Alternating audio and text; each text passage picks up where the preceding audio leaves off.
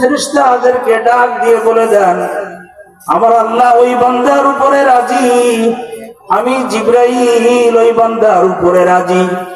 আসমানের সব ফেরেশতারা আল্লাহর ওই বান্দা বান্দির উপরে রাজি আর খুশি হয়ে যাও। এবার আসমানের সব ফেরেশতারা রাজি আর খুশি হয়ে যায়। এবার আল্লাহ ডাক দিয়ে বলে দেন, বান্দা গুনাহ শুধু মাফ করে দিলাম না, ইউবাদদিলুল্লাহু সাইয়্যাতিহিম হাসানাত, গুনাহ তো মাফ করেই দিলাম, আর যে পরিমাণ গুনাহ করেছিলে ওই পরিমাণ নেকি তোমার আমলনামায় লিখে দিয়ে দিলাম। এই জন্য আমরা খাঁটি তওবা করব।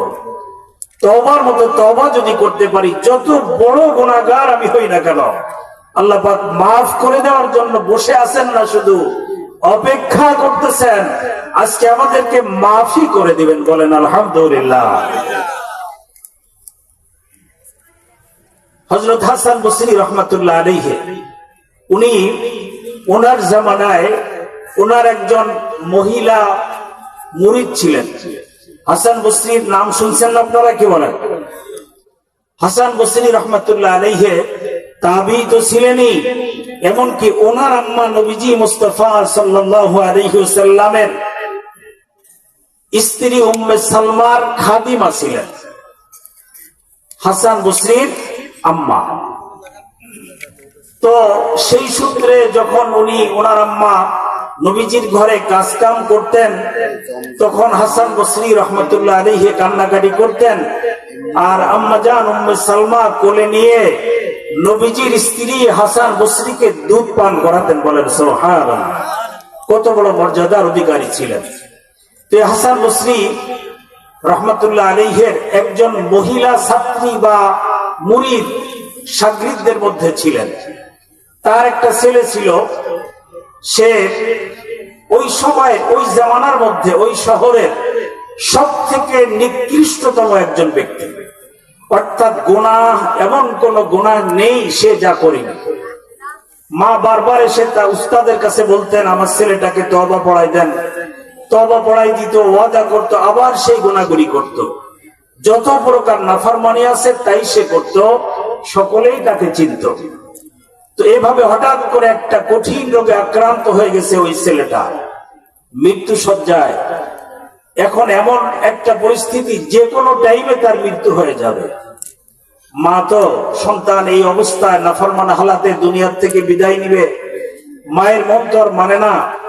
দৌড়ে হাসান বসরি রহমাতুল্লাহ আলাইহির দরজা হাজির হয়ে গেছেন।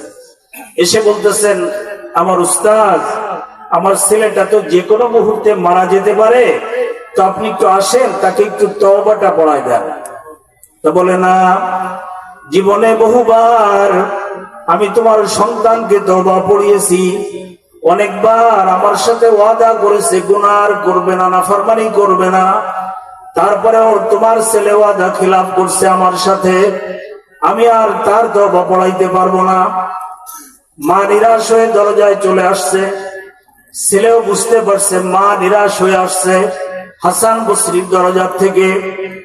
এবার ওই ছেলে চোখের পানিগুলি ছেড়ে দিয়ে দিয়ে মাকে বলতেছেন, মা, আমি তোমার অন্তরের কষ্টগুলি বুঝি। তোমার উস্তাদ, এই যুগের ইমাম, এই যুগের আল্লাহর ওলি হাসান বসরি তোমাকে নিরাশ করেছেন। মা, আমি তোমাকে বলি, আমি তো কিছুক্ষণের মধ্যেই হয়তো মারা যাব। আমার মৃত্যুর পর দুনিয়ার কাউকে আমার মৃত্যুর সংবাদটা দিবে না, কোন মানুষকে আমার জানাজা পড়ার জন্য আসতে বলবে না, কাফনও পড়াবে না। গভীর জঙ্গলের মধ্যে কোন ডাস্টবিনের ভিতরে, কোন খাল বিলের মধ্যে আমার লাশটা ফেলে দিয়ে আসবে। আমার লাশ এই সাধারণ কোন মুমিন মুসলমানদের কবরখানায়ও যেন দাফন না করা হয়, কারণ আমি তো নাফরমান। নিঃসন্দেহে আমার কবরের আযাব হবে, এতে কোনো সন্দেহ নেই। তো আমার কবরে যখন আযাব হবে, আমার আযাবের কারণে কোন মুমিনের কবরে, আমার আযাবের কারণে মুমিন পাশের কবরে থেকে কষ্ট পাবে, এইটা আমি পছন্দ করি না। দুনিয়াতে কত মানুষকে কষ্ট দিলাম, জীবদ্দশায় কত মানুষ আমার থেকে কষ্ট পেয়ে গেল, মৃত্যুর পরেও কবরের জগতে আল্লাহর প্রিয় বান্দারা কষ্ট পাক, এইটা আমি পছন্দ করি না। এই জন্য কোন মুমিনের কবরখানার মধ্যে যেন আমাকে দাফন না করা হয়, দূরের কোন জঙ্গলের মধ্যে আমার লাশটা ফেলে দিয়ে আসবে। এই বলতেছেন আর দরদর করে চোখের পানিগুলি ফেলতেছে ছেলে। হঠাৎ দরজার কড়া নেড়ে কে জানি আওয়াজ দিয়ে দিলেন। মা দরজা খুললেন, তাকিয়ে দেখেন হাসান বসরি রহমতুল্লাহ আলাইহি দণ্ডায়মান। ডাক দিয়ে বললেন, উস্তাদ আপনি না বললেন আসবেন না আমার ছেলের কাছে, আবার কেন আসলেন? তা বলে, আমি তোমাকে নিরাশ করে দেওয়ার পরে গায়েবের থেকে একটা আওয়াজ ইলহামের মাধ্যমে আমি শুনতে পাইলাম।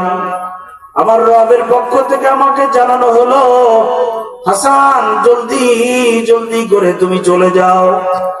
ওই তোমার ওই ছাত্রী বা তোমার ওই মুরিদের ছেলে এমন তওবা করার করছে আমার কাছে, এমন তওবা করা করছে, তার তওবা যদি এই বর্তমান দুনিয়ার সব মানুষের তওবা গুলি যদি আমি এক পাল্লায় রেখে দেই, আর ওই নাফরমান যুবকের তওবা যদি এক পাল্লায় রাখি, তার তওবার পাল্লা বেশি ভারী হয়ে যাবে।